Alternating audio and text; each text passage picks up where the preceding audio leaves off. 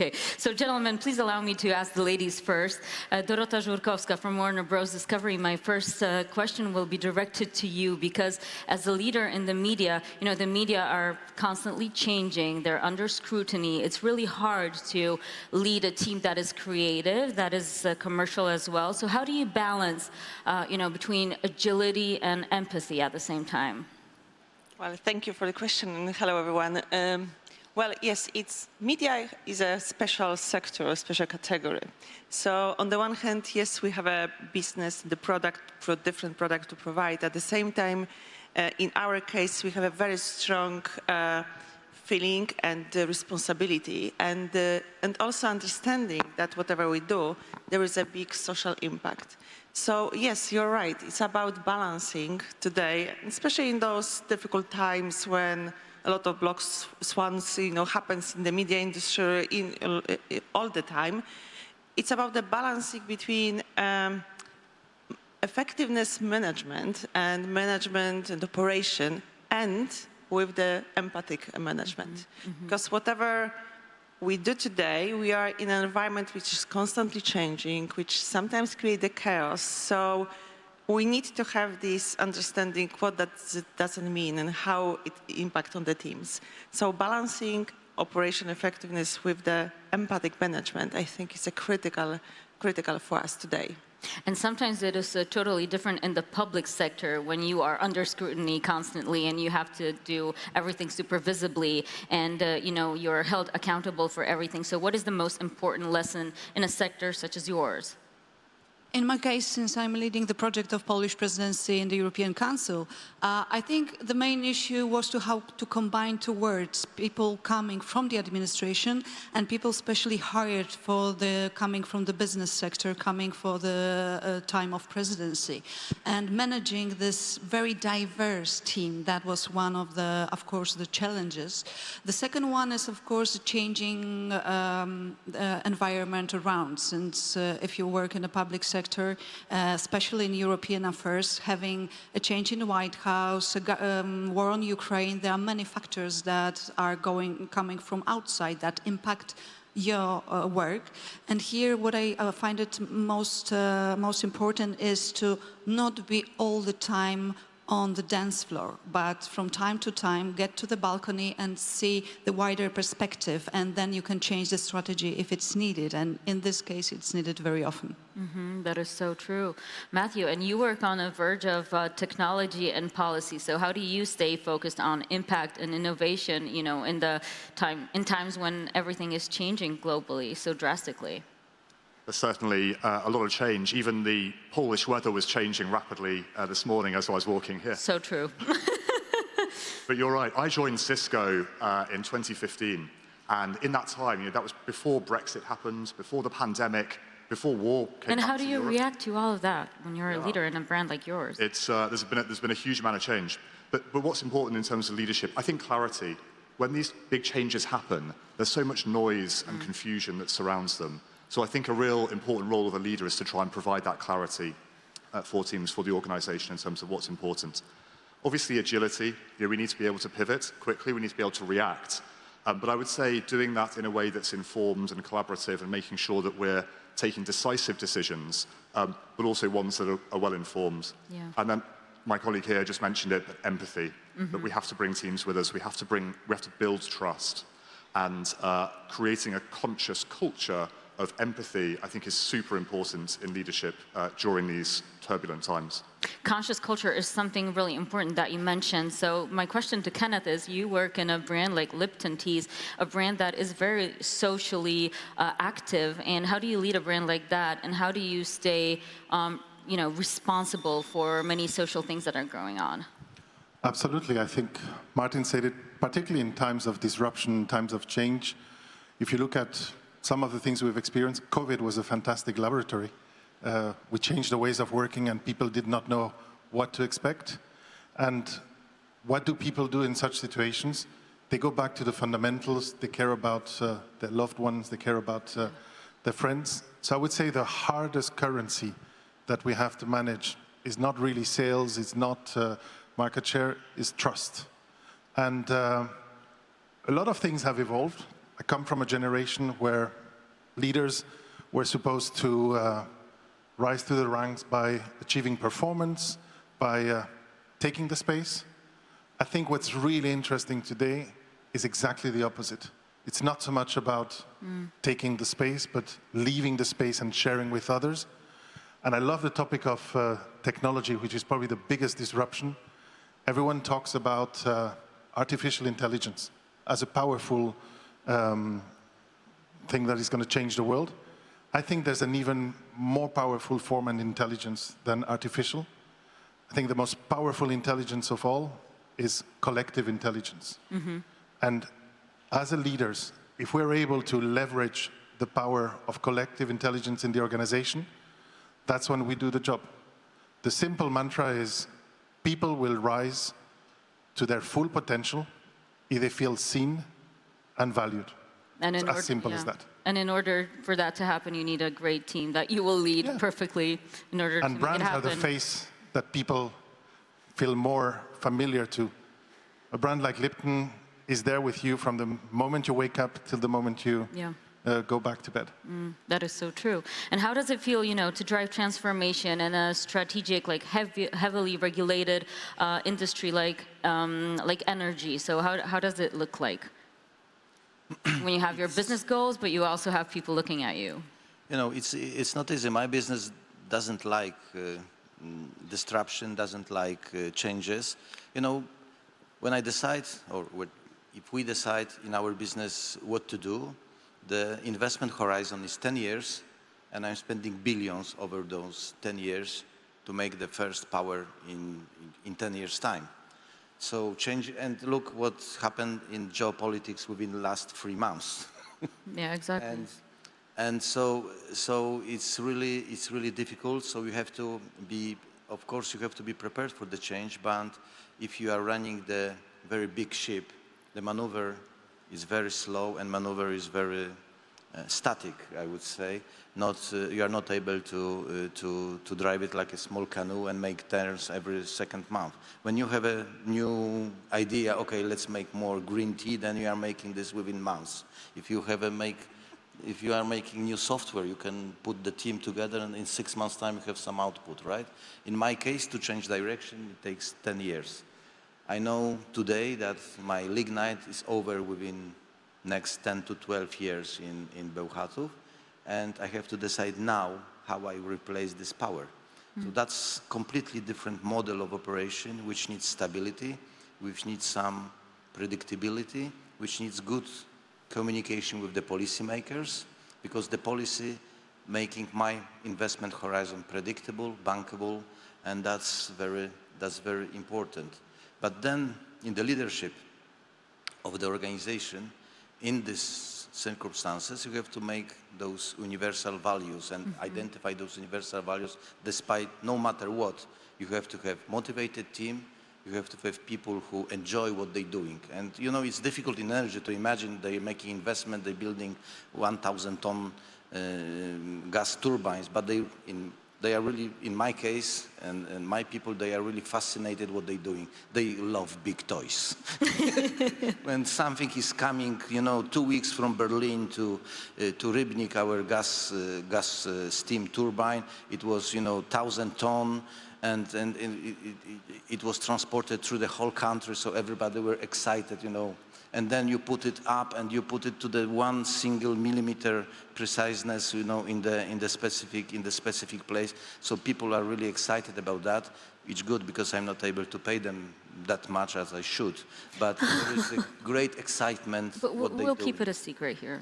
No more. Sorry? We'll keep it a secret here. Nobody's going to know. So I think so we have to keep them motivated. We have to find the people who enjoy what they're doing. They enjoy organization. They enjoy kind of work. They enjoy challenge, and they're passionate. And I think we are happy in our organization that vast majority of the people on the key management positions, they have this kind of attitude and this kind of approach to work. And then we have to fight with the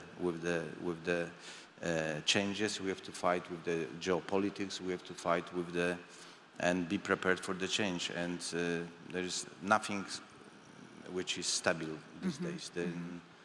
But in our case, to change direction is quite difficult.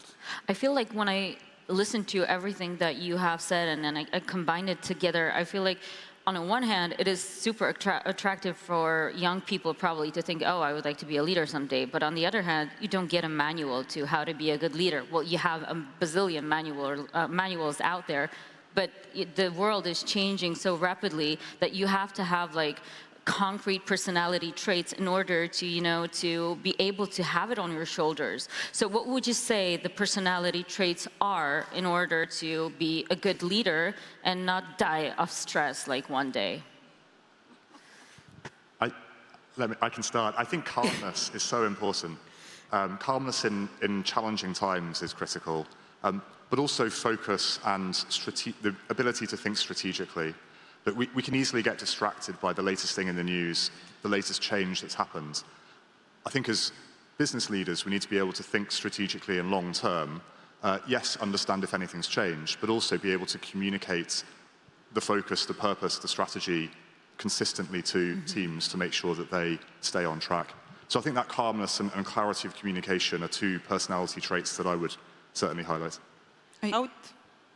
I absolutely agree with you that I find it super useful to be very focused on the goal and keep in mind where you are really sailing with your team. And all these distractors that we were mentioned before, they are not helping. And you mentioned also at one moment young people. And what I think also is challenging right now is this diversity of generations and diversity of attitude, how to work. There's a huge gap between the Generation Z and the millennials and even older. And here also keep calm and focus on the goal. For me, very important is also to try to do, I'm not an expert in work-life balance, definitely, I'm great in theory, but... like most of us, probably. Yeah, I think so. But also find some place in a sport, in yoga, and something that you can focus a bit on calming down, since you cannot change, this is connected with this keeping eye on the goal, since if you are not focused on the goal, then you are changing the directions every time some disruptor is going. And to focus on the goal, you have to have your mind cleaned. And how you can clean your mind? You can clean your mind, in my perspective, through sport or different activities like this.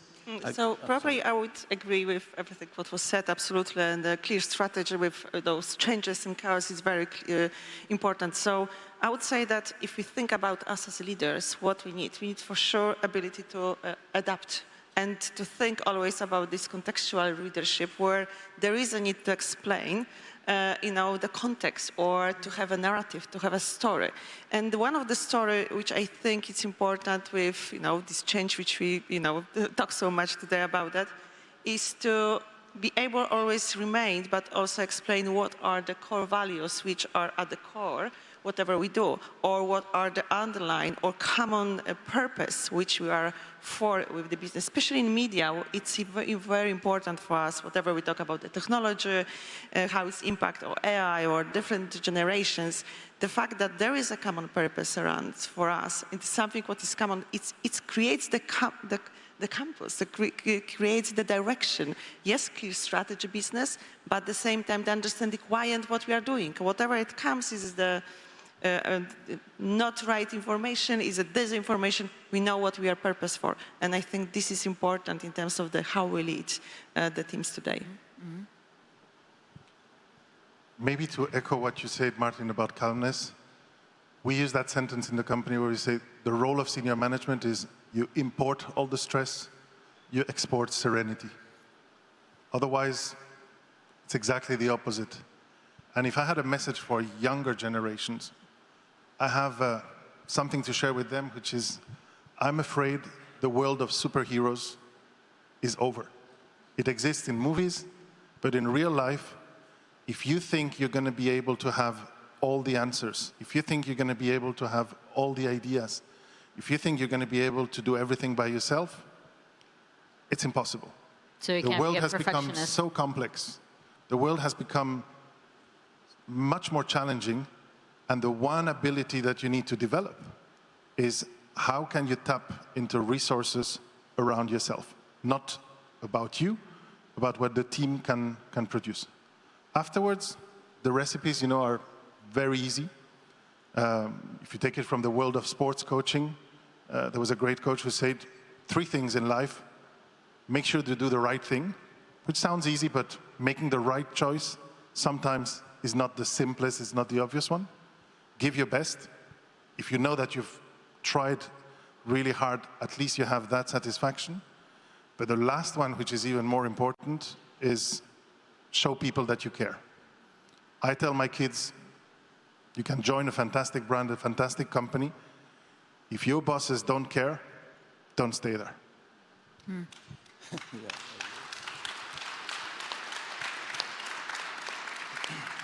Very interesting, this calmness. I think that's the role of the leader is to resolve the crisis, not to make it worse, and not to make it more difficult for the organization. So you have to be the institution, you have to be the place where the crisis is going down, calming down. People are talking, people are trying to find solution, not screaming, what we are going to do, right? So that's the first thing. The second thing is the leadership. In my case, I had few meetings in my professional and governmental career when I had 8 people around the room, and everybody was saying, yes, yes, Mr. Minister, yes, yes, Mr. President. I said, if everybody say yes, I don't need this meeting, I don't need 8 people in the room. Tell something, what you think. But that's Challenge what you me. say, not every leader is like that. Yeah, challenge me. In the end of the day, you are able to, and you can in an organization pass the task, but you are never passing the responsibility. I'm saying, tell me what you think, challenge me constructively, of course, but not just say yes, yes, yes, yes, because then I'm the only one thinking in this room, right? So it has to be challenging discussion and finding the solution, and you have to create the climate that people are not afraid to talk, not afraid to share views, not afraid to share risks, because then you can modify, you have to be open to modify your initial approach, because if few people are trying to find a solution, it's much better than you are using only your experience and only your judgment, because sometimes you can be wrong, you can be too emotional, you just can be wrong. So you have to listen. You have to listen, and people, they should not be afraid to talk to you. I disagree. I think we should find another way, and I'm very often facing the situation that my initial way of doing was modified or changed by the people who I trust in their experience, and they told me, okay, let's not stop it, don't do it this way, do you consider alternatives? And then you have to be prepared to change your mind. It's not my idea, but it's better than my original one, and you have to be able to say that and to admit that. So you have to be just human. First of all, you need to be human, but on the other hand, you have your goals and you have to set boundaries as well, because people tend to overstep those boundaries. That's a hard thing as well. And the other thing there is one funny thing, because today I end up in the morning in the space breakfast and the European Space Agency. I didn't know why I was, put it to this breakfast, and I thought maybe my team thought that my ego is in the space. That's why it's a good place for me. No, but that's a joke. But exactly, your ego should not be in the space. Your ego should be adaptive, and your ego should listen, and your ego should react. You asked, Gabi, at the very beginning about the public administration, the difference. And in my opinion, the difference is that it's very typical for the public administration. If you come as a new boss, if you come as a minister, for the first month, everybody agrees with you with like everything. Whatever you ask, whatever say, you say. Madam Let's kill everybody, say yes, yes, yes, yes. And that was challenging at the very beginning, to get their trust that they can be open and say what they are really thinking. And I absolutely agree with you that we should listen, and we get ideas. That's what the teams are for. And also following what you have said, also I find it very crucial to stay, to be yourself. not to pretend anybody. Because if we start pretending, the team will feel it immediately and they won't follow us. So And that's be very yourself. difficult in politics, to be yourself and not pretend anybody, right? Very You often. should work on it. but the leader should work on his own also, on his attitude or her attitude. It's not that you know everything and you have the key solution for everything. Also, you should work on yourself. But that's an interesting point that you have raised right now, because I believe, in therapy, each therapist has their own supervisor to which they go with their, whole sessions and everything that's been going on. Does the leader have a mentor to which they go to and clear their head up? Because work-life balance is one thing that you said, doing yoga, sports, and everything. That's super crucial in order to be a good human being as a leader. But then again, how do you make that work, make that happen? Well, I think it's about, because we discussed the topic of the trust as something as a key to drive the cooperation, collaboration, which then creates the better solution. I think that this trust could be gained with the approach when we really value the one team approach. And that goes across the teams and up and down. And I think that we do a lot of, as a company, as organization, to help people on the different levels. Also on the directory and the high level, when we do the mentorship and trying to show and prepare people for the different situation. Today, I think we are very often, as leaders, also we need to have a very quick decision, and very often data-driven, using technology. But still, I think that one of the big points today is that we need to always consider what those decisions, what kind of the effect that makes on the teams. So I think that it's about the, being open, driving this inclusion, diverse opinion, because that really gives the trust. Whatever we say, we want to give the space to express the view wherever. If we will not be ambassador of this approach, if we will not be working towards, the different structure with this way, this trust will not come. And actually the power, it's in the teams with the diverse approach, with the different solution, innovation, with the using different technologies. We have a different generations. We need to bridge that. So yes, that's the big thing which we need to focus on. Definitely. I do agree with that. And I think the best organizations will have that diversity of leadership as well. Not all leaders will have the same style. They'll have different strengths and weaknesses, and they'll be able to, as leaders, we can learn from them in different ways. I think it also means that we have to be aware of our own strengths and weaknesses, and being not self-critical, but just self-aware of what you're good at, what you need to work on, and then learn from the best. Learn from people you respect in your organization, and critically outside your organization. Coming to events like this, for example, I think is wonderful because you see so many different types of leaders talking. So I'd say, yeah, a little bit of self-reflection on where you're good, where you need to work, but also look for that diversity and variety of leadership styles that you can learn from. To your question about the mentor, I don't have a mentor. I have a lot of people that I admire, that I respect. But exactly to the point is, how do you keep yourself grounded? And again, I'm going to go with a simple answer. What has grounded me in life, and the most strategic decision anyone can do for their career is the choice of your life partner. I have an incredible wife and 4 kids. They keep me grounded. Oh, that's such a nice thing to say. But I would add something to that. It's interesting thinking through the reflection about today and these changes and the pressure which we are living on with the different direction. Having a right partner at home is one thing, but also I think for us as a leader, it's important to provide with this strong feeling of the values, which sometimes for many people are the only anchor of the stability. With everything changing around, I think we as leaders, we can create also this additional anchor in addition to home, at work. And I think it's also one of our thing for the future, which we need to focus on. Well, maybe one more comment. I enjoy sometimes when there's a tough decision or difficult analysis what to do, to ask somebody what this person means, you trust, means from different perspective. What's your view, right? And they see some elements or some problems which are quite obvious for me from the different perspective and brings to me some different view, and have you considered this implication? Have you considered this risk?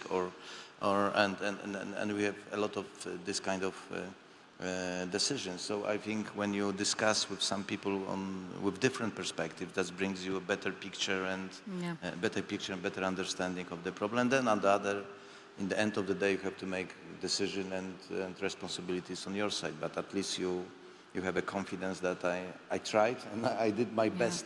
I did my best not to act emotionally, but to consult and to find the best solution with some risk factor. But there is no life, no professional life, no political life without the risk of such decisions. Maybe afterwards, everybody are very smart. After event or after something happens, everybody are smart. They should done this differently. But before, you just have to take this responsibility and be able and capable to take the risk. And at the end, there is no decisions without the risk factor. If somebody is saying that there is no risk, absolutely, it's fiction.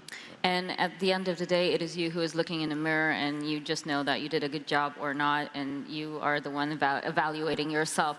I can't believe that time flies so fast, because I would have a million other questions to you, especially that I have so many amazing experts here on this panel.